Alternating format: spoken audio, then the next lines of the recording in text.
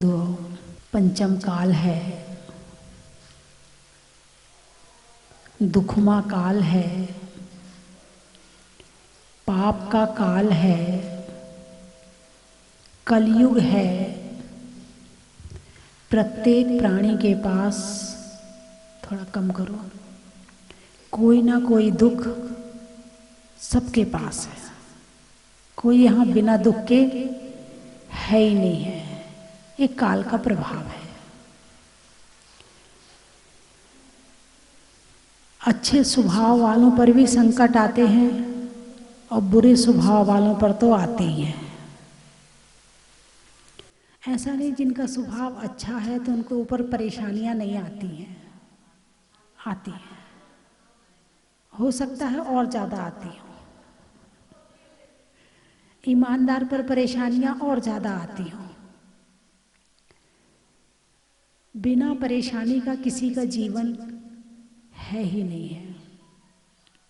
एक छोटा सा भजन है, भगवान से दुनिया में कोई ना सुखी, भगवान से दुनिया में कोई ना सुखी। एक राजा सुखी, एक रानी सुखी,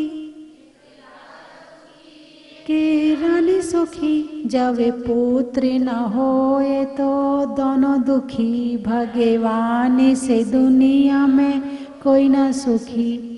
एक सेठ सुखी, एक सेठानी सुखी, एक सेठ सुखी। जब चोर आ जाए तो दोनों दुखी, जब चोर। भगवान से दुनिया में कोई ना सुखी। एक गंगा सुखी, एक जमुना सुखी, एक गंगा सुखी, एक। जब बाढ़ आ जाए तो भगवान से दुनिया में कोई ना सुखी। एक चंदा सुखी, एक सूरज सुखी, एक चंदा सुखी, एक। जब ग्रहण लगे तो भगवान से दुनिया में कोई ना सुखी, भगवान से। एक श्रावक सुखी, एक श्राविका सुखी, एक श्रावक सुखी। सम्यक दर्शन बिन दोनों दुखी, भगवान से दुनिया में। एक मुनि सुखी, एक आरिका सुखी, एक। जब मोक्ष ना होए तो भगवान से दुनिया में कोई ना सुखी। इस संसार में कोई सुखी नहीं है। बस हमारी सोच में सुख है और हमारी सोच में दुख है। दुख और सुख स्वभाव है। सुख आत्मा का स्वभाव है, दुख संसार का स्वभाव है। सुख स्वभाव है, स्वभाव। जो हमारा भाव है वो सुख है, जो दुख है वो बाहर से आता है, और जो सुख है वो अंदर से आता है। अब मानने की बात है ये तो। मान लो हमारे पास 1000 रुपए हैं और मान लो 1000 रुपए नहीं है। मान लो 1 करोड़ रुपए हैं। अब किसी ने 100 करोड़ रुपए कमा लिए। जीवन में जीने के लिए कितना चाहिए? अरे बोलिए ना, कितना चाहिए? पेट भरने को रोटी चाहिए, एक रहने को झोपड़ी चाहिए, तन ढकने को कपड़ा चाहिए, थोड़ा सा बच्चों की परवरिश के लिए चाहिए। इतनी चाहिए ना। लेकिन मन की तृष्णा कहती नहीं, मुझे बड़ा आदमी बनना है। कौन सा आदमी बनना है? बड़ा आदमी। बड़ा किससे बनना है? साइज से, हाइट से, गुणों से, नहीं, पैसे से। संसार में ये बताया जाता है कि बड़ा आदमी वो है जिसके पास में धन ज्यादा है। बहुत बड़े आदमी है, बहुत बड़े आदमी। कैसे बड़े आदमी? सामने वाला भी समझ जाता है और बोलने वाला भी बता रहा है, वो भी समझ रहा है। बड़ा का मतलब गुण नहीं, बड़ा का मतलब ज्ञान नहीं, बड़ा का मतलब हाइट नहीं, बड़ा का मतलब साइज नहीं, बड़ा का मतलब धन। धन को इंसान ने बड़ा समझ लिया है, इसलिए सारी दुनिया बड़े के बनने के लिए धन की तरफ दौड़ रही है। यदि सारी दुनिया ज्ञानी को सम्मान देती तो लोग ज्ञान की तरफ दौड़ते। दुनिया यदि गुण को सम्मान देती तो लोग गुण को सम्मान, गुण पाने के लिए दौड़ते। दुनिया ने धन को सम्मान दिया है तो दुनिया धन पाने दौड़ रही है। दुनिया जो चाहती है उसके हिसाब से चलते हैं। हमें क्या चाहिए ये उस हिसाब से नहीं चलते। हमारी आत्मा को क्या चाहिए उस हिसाब से नहीं चलते हैं। दुनिया को क्या अच्छा लगता है हम उस हिसाब से चलते हैं।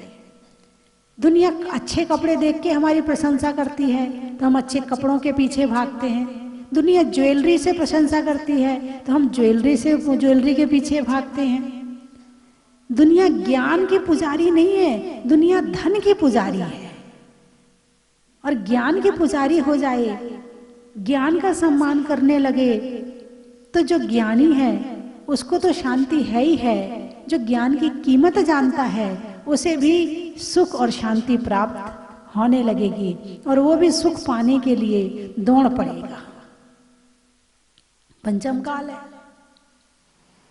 दुख के साधन ज्यादा है, सुख के साधन कम है। पंचम काल है, सुख के साधन मिलने के बाद भी तुम उसका प्रयोग नहीं करोगे। घर में जिनवाणी रखी है, नहीं पढ़ोगे, मोबाइल उठाओगे और दुनिया भर की चीजें देखोगे जिससे दुख आता है। सुख की साधन जिनवाणी घर में रखी है, नहीं पढ़ोगे। टीवी में प्रवचन आता है, एक तरफ सीरियल आता है, क्या देखोगे? सीरियल देखोगे। सीरियल दुख का साधन है। कैसे लड़ाई करी जाती है, कैसे प्लानिंग करी जाती है लड़ाई की, कैसे दूसरों को नीचा दिखाया जाता है, कैसे चोरी करी जाती है, कैसे क्रोध किया जाता है, उसमें ये सारे साधन दिखाए जाते हैं, बड़ा अच्छा लगता है। और प्रवचन में सुख का साधन बताया जाता है, बोर हो जाते हैं। रोज ही रोज कहाँ तक प्रवचन सुने। अब ठीक है, सभी महाराज एक ही बात तो कहते हैं, शांत रहो शांत रहो शांत रहो। क्या होता है शांत रहने से? हाँ, उसका स्वाद नहीं आया ना अभी तो क्रोध का स्वाद लिया है, मान कषाय का स्वाद लिया है, मायाचारी लोभ का स्वाद लिया है, उसमें ही रस आ रहा है। अभी शांत रहने का स्वाद नहीं लिया है, ध्यान का स्वाद नहीं लिया है। जिस दिन आ जाएगा उस दिन फिर तुम छोड़ोगे नहीं, उस दिन से तो पाने की कोशिश करोगे। तो संसार में दुख के साधन भी हैं और सुख के भी साधन हैं।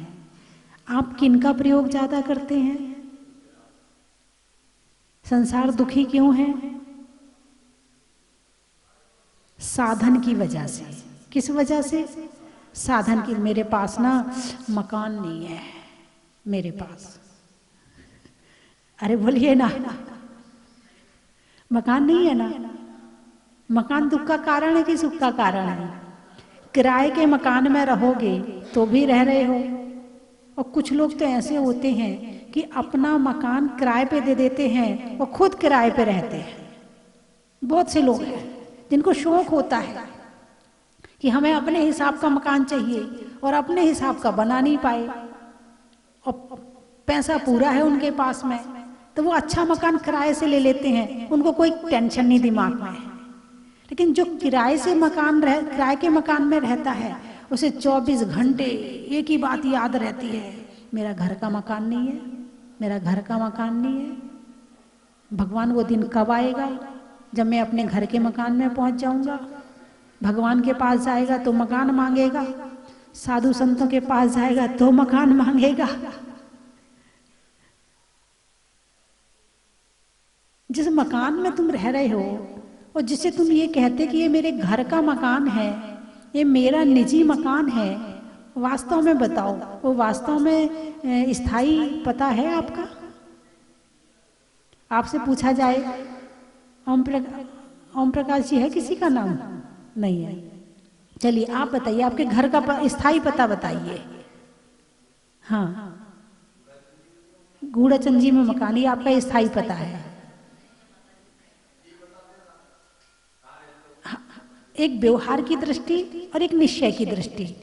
व्यवहार के साथ साथ निश्चय की दृष्टि रखना भी जरूरी है, तो जीवन में सुख आएगा, वरना जीवन में दुख हमेशा बना रहेगा।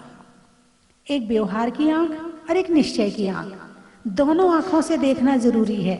यदि एक आंख से देखते रहे और दूसरे से नहीं देखोगे तो कष्ट जीवन में आने ही आने हैं।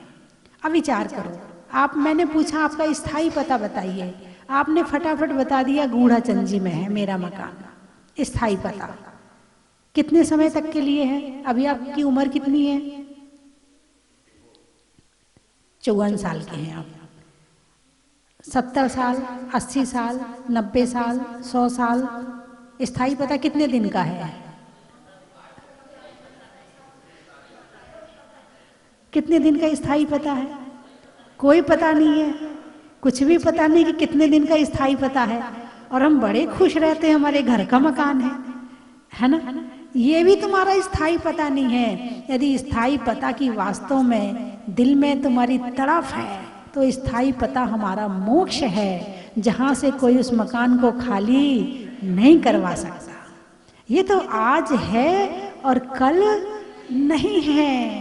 ये तो किराए का मकान है, इसमें किराया तुम्हें देना पड़ता है। आपको पता नहीं है कौन सा वाला किराया देना पड़ता है? पुण्य रूपी किराया देना पड़ता है। उसमें तो नोट देने पड़ते हैं, इसमें पुण्य रूपी किराया देना पड़ता है। बिना किराए के तो कोई भी मकान यहां मिलने वाला नहीं है। तो संसार में सोच ही दुख का कारण है, सोच ही सुख का कारण है। हम जैसा ज्ञान होता हमारे अंदर वैसी जागृति आती है, और जैसी जागृति आती है वैसे सुख और दुख आता है। और हमारी आत्मा कहाँ घूम रही है अनंत काल से? परदेश में। परदेश, अपना देश नहीं, परदेश, स्वदेश। स्व यानी अपनी आत्मा वाला देश, और पर दूसरे का देश, प्रदेश। प्रदेश, प्रदेश, मध्य प्रदेश, राजस्थान प्रदेश, सब प्रदेश ही हैं, परदेशी हैं। स्वदेश कोई भी नहीं है। आत्मा की दृष्टि से देखा जाए तो ये सब परदेश है, स्वदेश नहीं है। तो सुख और दुख, अपने घर में आए तो सुख, दूसरे के घर में गए तो दुख। जो दूसरे के घर में सुख माने वो क्या? दूसरे घर में सुख मिल रहा था तभी तो गए थे, नहीं मिल रहा होता तो क्यों जाते? कहीं ना कहीं कुछ तो मिला है। बाहर घूमने में कुछ तो मिल रहा है तभी तो घूम रहे हैं। लेकिन जो मिल रहा है वो अस्थायी है, जो अपने घर में मिलेगा वो स्थायी है। बाहर का सुख कमाना पड़ता है, अपना सुख घर में ही है, कमाना थोड़ी पड़ेगा, अपने आप मिल जाएगा। बाहर जाते हो कितना खर्चा करते हो, अपने घर में कौन सा किराया देना पड़ा? कुछ भी नहीं। नहाने का, धोने का कुछ भी कोई किराया नहीं है। और अब कहीं दूसरी जगह घूमने जाओ तब जगह जगह किराया लगता है। गाड़ी चलाओ तो टोल का किराया दो, सड़क का किराया दो। जगह जगह खड़े होते हैं वो टोल लेने वाले, तुमसे थक जाते हो। कई बार तो भागने का प्रयास करते, निकल जाओ, सीधी गाड़ी निकाल लो, वो देख नहीं रहा वहां कोई है नहीं, निकाल ले सीधी गाड़ी। करते नहीं करते हो? पग पग पे किराया है, पग पग पे खर्चा है, पग पग पे देना पड़ रहा है, मिल नहीं रहा है, देना पड़ रहा है। ऐसे ही जब इस आत्मा से निकल के बाहर का सुख चाहिए तो पग पग पे बहुत कुछ देना पड़ता है। मिलता कम है और देना ज्यादा पड़ता है। और अपने घर में आके बैठ जाओ, न लेना न देना, कुछ लेना न देना, मगनी रहना, कुछ लेना न देना, मगनी रहना। अपने आप में मगन रहो। दूसरे से बातचीत करने में सुख मिलता है तो लड़ाई भी हो जाएगी, खाने में सुख मिलता है तो पेट खराब हो जाएगा, मोबाइल में सुख मिलता है आंखें और दिमाग खराब हो जाएंगे। यही है ना, बाहर का सुख क्या है? जितने सुख हैं सब दुख लिए साथ में हैं, एक सुख के साथ एक दुख। अरे बोलिए ना, स्कीम आती है ना, एक के साथ एक फ्री। ऐसे संसार का सुख कैसा है? एक दुख सुख के साथ में 4 दुख फ्री। लेकिन आत्मा का सुख कैसा है? कोई दुख नहीं, जहां सुख ही सुख है। सुख बाहर से समझते हैं कि बाहर से आ रहा है, लेकिन आता तो अंदर से ही है। हम तो कबहू न निज घर आए। अभी जब तक बाहर में सुख माना है नहीं है सुख। बाहर का सुख माना हुआ है कि मान लो है नहीं है। मैंने पहले कहानी सुनाई थी आपको। एक व्यक्ति के पास में एक कमरा भर के रत्न थे। कितने? कमरा भर के। वो सुबह सुबह रोज उठता, ताला खोलता, रत्नों को देखता और खुश हो जाता। अब पड़ोसी को पता चला कि इसके पास में कमरा भर के रत्न है और सुबह सुबह रोज देखता है, ये तो बड़ा सुखी आदमी है। तो उसने कहा, भाई एक काम कर, सोना का सिक्का ले ले मेरे से, उन रत्नों के दर्शन एक बार मुझे भी करा दे। बोले दर्शन ही तो कराने, सोने का सिक्का मिल रहा है, ठीक है कर ले। करवा दिए दर्शन, ताला खोला, देख अच्छे से देख ले। अब उसने देख लिया, सोने का सिक्का दिया, घर आ गया। बोले अब मैं भी एक कमरे भर के रत्न का धनवान मैं भी हो गया। अब वो क्या करता कि रोज सुबह सुबह आंख बंद करता और जो रत्न देखे थे कमरे में उसे याद कर लेता। नहीं आया समझ में? जो जिसके पास रत्न थे उसने तो कमाए थे, मेहनत करी थी, तब कहीं वो रत्न देखता था। एक आंख खोल के देख रहा था। जाने तो दोनों के साथ नहीं है ना, जिसने कमाए हैं ना उसके साथ जाएंगे और जिसने देखा है ना उसके साथ जाएंगे। जाने तो दोनों के साथ नहीं है। एक आंख खोलकर देखकर सुखी होता है, एक आंख बंद करके देख के सुखी तो होना है। मान लो रत्न है, सारा संसार मान लो का ही तो है। मान लो मेरे पास गाड़ी है, ठीक है मान लिया गाड़ी है। मान लो मेरे पास कोठी है, हाँ ठीक है मेरे पास कोठी है। मान लो ही में तो सुख है यहाँ पे, बाकी है कुछ भी नहीं है। बड़े कोठी बनाते हैं, सोचते हैं कि चलो बढ़िया कोठी बना ली, अब सुखी हो जाएंगे। अब कोठी के लिए, कोठी बनाने के लिए शहर के अंदर जगह तो मिलेगी नहीं, उसके लिए तो शहर से बाहर जगह खरीदनी पड़ेगी। अब जब शहर में रहते थे तो पास में पड़ोसन भी थी, 4 बातें भी हो जाती थी। घर छोटा था, साफ सफाई करने में दिक्कत भी नहीं होती थी। पास में मंदिर भी था, पास में बाजार भी था, सब कुछ पास पास में था। अब बड़ी कोठी की इच्छा हुई, कोठी बना तो ली वहां पर। अब ना तो पड़ोसन मिलती है, ना मंदिर मिलता है न बाजार मिलता है। पास में कोई सामान चाहिए तो जल्दी से बाजार भी नहीं मिलता है पास में, और सफाई की जगह भी बढ़ गई है ना। तो एक सुख के साथ में 4 दुख फ्री। इसलिए जहां हो जैसे हो शांति से रहो। जो मिला वो किसी से कम नहीं, और जो नहीं मिला उसका गम नहीं। सुखी रहना है ना। आंख बंद करके सोच लो मेरे पास 100 मोहरे हैं, सोने के सिक्के मेरे पास 100 हैं, और आंख बंद करके देख लो मेरे पास 100 सिक्के हैं। ना साथ तुम्हारे जाएंगे ना उसके जाएंगे। जो कमर में चाबी तुम्हारी लटक रही है, तिजोरी की चाबी तुम्हारी कमर में लटक रही है, पहले तुम्हारी सास की कमर में लटक रही थी, वो भी छोड़ के चली गई। जब उसके पास चाबी थी तो वो कहती थी मेरी है, अब तुम कह रही मेरी है, फिर तुम्हारी बहू आएगी वो कहेगी मेरी है, और जाएगी किसी के साथ नहीं। इसलिए चाबी कोई भी टांग लो, धन हो ना हो, मान लो तिजोरी है, जानी तो साथ में है ही नहीं है। दुखी क्यों होना? यदि तुम बाहर से भी सुखी होना चाहते हो तो बाहर भी सोच में सुख है। सोच अच्छी बनाओ, सुख आ गया। सोच को बुरा बनाओ, दुख आ गया। और अंदर में जाओ तो शांति शांति, सुख के साथ में शांति अंदर में है।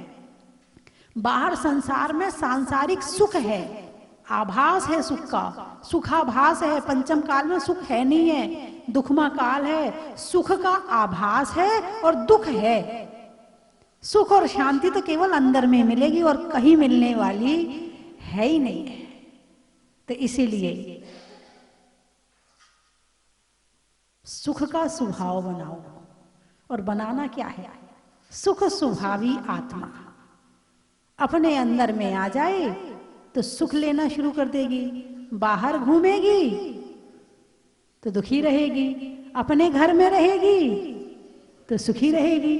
बोलिए सुख चाहिए कि नहीं चाहिए? किस किस को चाहिए सुख? हाथ उठाकर बताओ। सबको चाहिए। तो क्या करना पड़ेगा? अपने घर में आ जाओ। कहाँ आ जाओ? कहाँ है तुम्हारा घर? आत्मा। क्या है मेरा घर? आत्मा है। उसके लिए क्या करना पड़ेगा? ज्ञान करना पड़ेगा और ध्यान करना पड़ेगा। क्या करना पड़ेगा? ज्ञान और ध्यान करना पड़ेगा। जब ज्ञान होगा तभी तो ध्यान करोगे। जब ज्ञान ही नहीं होगा तो ध्यान कैसे करोगे? तो जितना ज्ञान, जितने समाचार, जितनी न्यूज, जितनी बाहर की जानकारी आप सारी दुनिया की लेते हो, उतनी जानकारी अपनी आत्मा की लेना शुरू कर दो तो सुखी हो जाओगे। तूने ये साड़ी कहाँ खरीदी? तूने ये कहाँ खरीदा? तू ये कहाँ से लेके आई? छोड़ो ये जानकारियों को, अपनी आत्मा की जानकारी लो। मैं कौन हूँ, कहाँ से आया हूँ, क्या मेरा स्वरूप है, लो सुखी हो जाओगे। बाहर की चीज यहाँ तक तो ले आते हो, यहाँ की बाहर नहीं ले जाते हो। जब घर की चीज यहाँ लाते तो यहाँ की चीज बाहर ले जाने में क्या दिक्कत है? लेकर जाइए, चर्चा कीजिए आपस में। आज माता जी ने क्या बताया? जैसे कोई गाली दे तो दिन भर घूमती ना दिमाग में, ऐसे प्रवचन दिन भर घूमने चाहिए दिमाग में। जब ये प्रवचन दिन भर दिमाग में घूमेंगे तो निश्चित है कि आपके भावों में परिवर्तन आएगा। गाली मत घुमाओ, उसे तो निकाल के फेंक दो, दे दी और कौन सा मैंने ले ली, नहीं ली मैंने गाली, ले जा अपनी गाली। लेकिन प्रवचन को लो, अंदर उतार। समय हो गया, मैं 3 चीजें बोलूंगी, आपको कहना। आप लोग बहुत समझदार हो, मेरी बात को बहुत जल्दी समझ जाते हो। नींबू के सत्व का, वस्तु के नींबू के सत्व का, जैन धर्म में तत्व का, और बोलने में बड़ा ही महत्व का। शरीर में कान का, देने में दान का, और मंदिर जी में भगवान का। करने में ज्ञान का, तलवार में म्यान का, और जीवन में ध्यान का। पक्षी में पर का, शरीर में सर का, और अपनी निज आत्मा के घर का। देखने में मुख का, हवा के रुख का, और प्राप्त करने में सच्चे सुख का। और आप बताओ किसका महत्व बताऊं? वो तो अब उसको छोड़ो, मंदिर में आके तो छोड़ो उसको। अब इतनी देर से प्रवचन में सुना रही हैं, अब तो छोड़ो थोड़ा सा। अच्छा, ये तो आप बनाएंगे, है ना? पाँव में टखने का, भोजन को चखने का,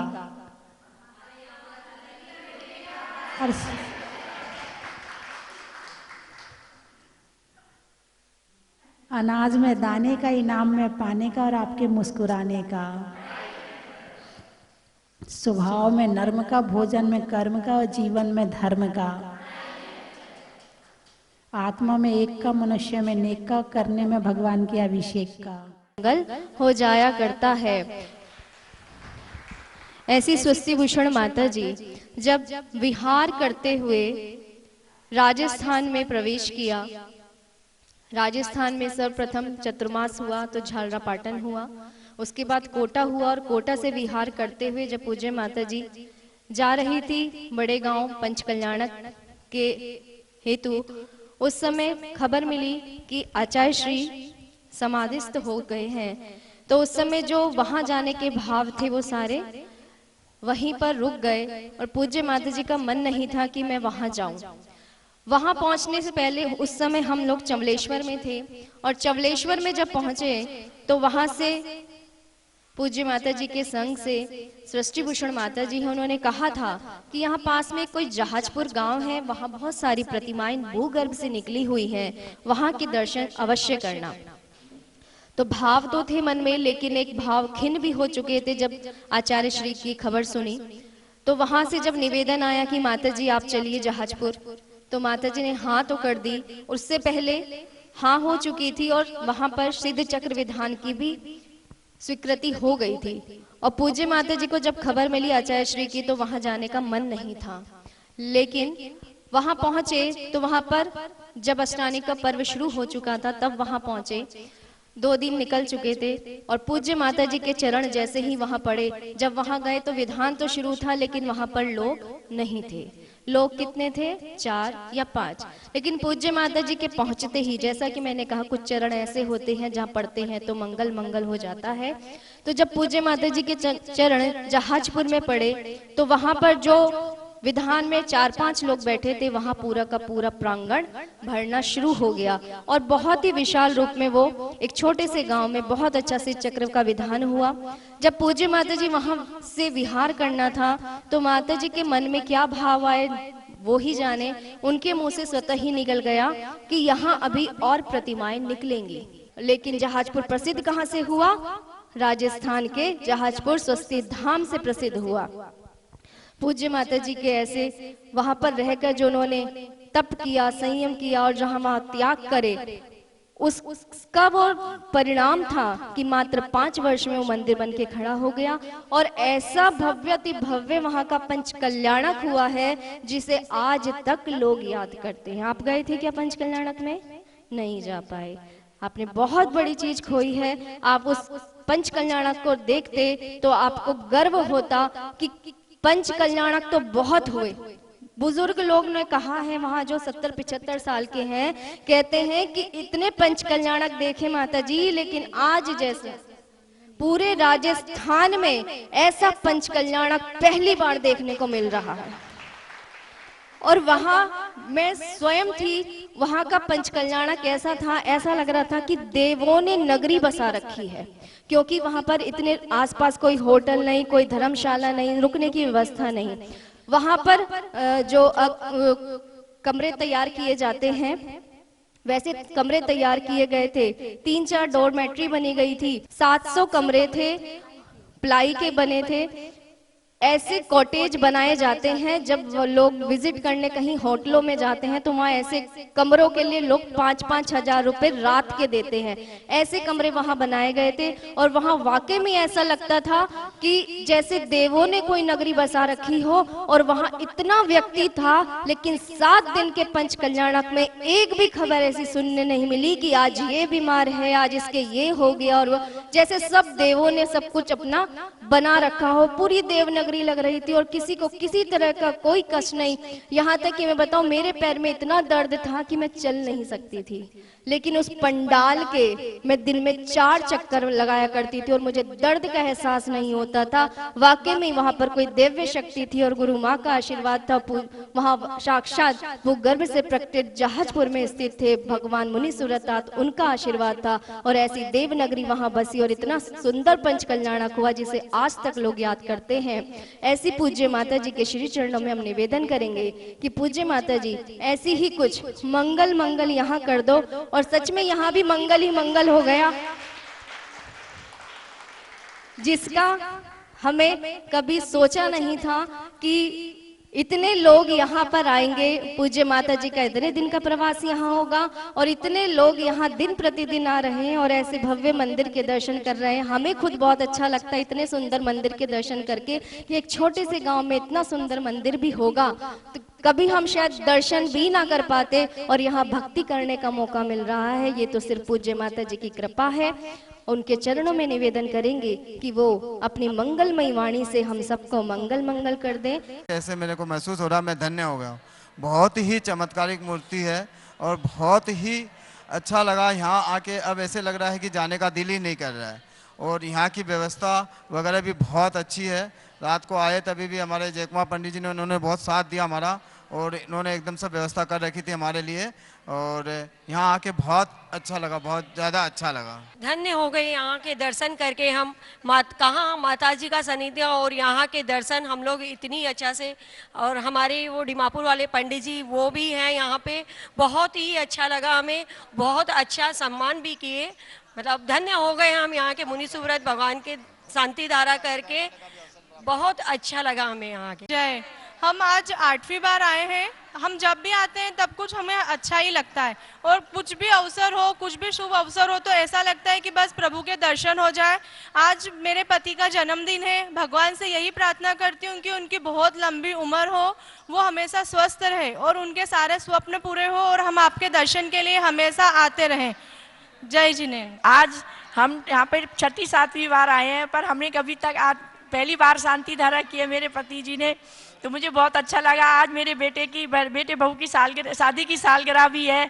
मैं तो चाहती हूँ दोनों स्वस्थ रहे और मेरी बहू के गर्भ शिशु है वो भी अपने स्वस्थ रहे, और मुझे बहुत अच्छा लगा कि इतनी शांति मिलती है। मुनि सूरतनाथ भगवान का जो मूर्ति है वो देखते बनता है।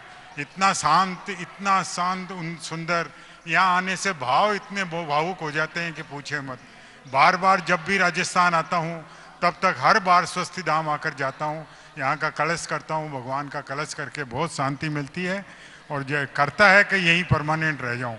यह उस मुनि सूरतनाथ भगवान की जय। बहुत ही अतिशय बहुत ही अच्छा मंदिर, इसमें बहुत ठंडक मिलती है। यहाँ आके मन बड़ा शांत होता है। मुनि सुव्रतनाथ की जय।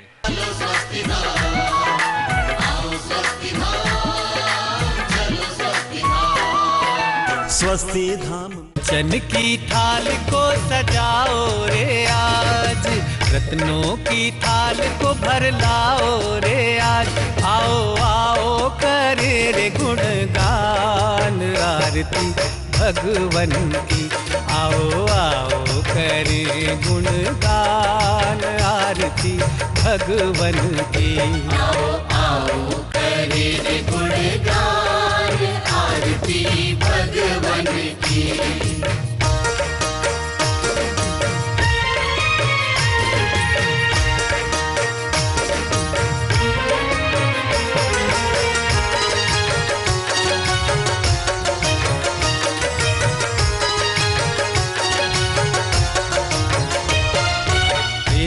सुमित्र के राज दुलारे, माँ पद्मा जी के नैनों के तारे।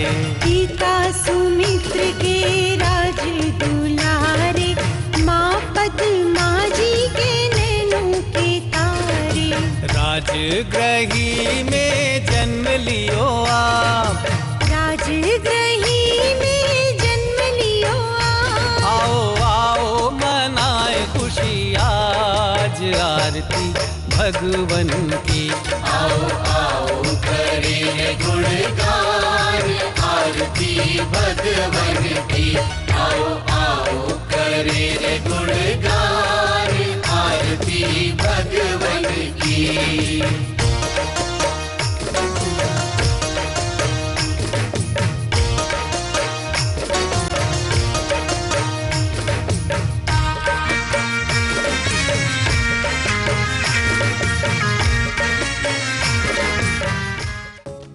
परम विदुषी लेखिका गणिनी आरिका रत्न श्री 105 स्वस्ति भूषण माता जी जिन्होंने मात्र 20 वर्ष में 100 से भी अधिक किताबें लिखकर जैन समाज को अनूठा योगदान दिया है।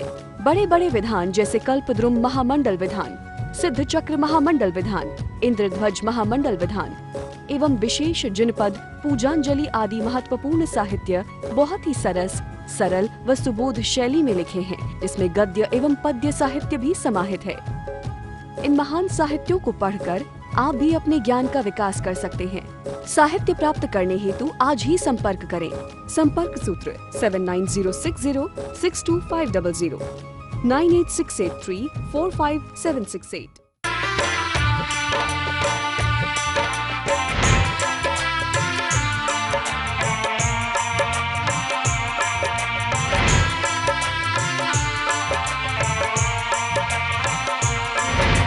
चलो रे चलो रे चलो चलो रे चलो रे चलो चलो जहाजपुर।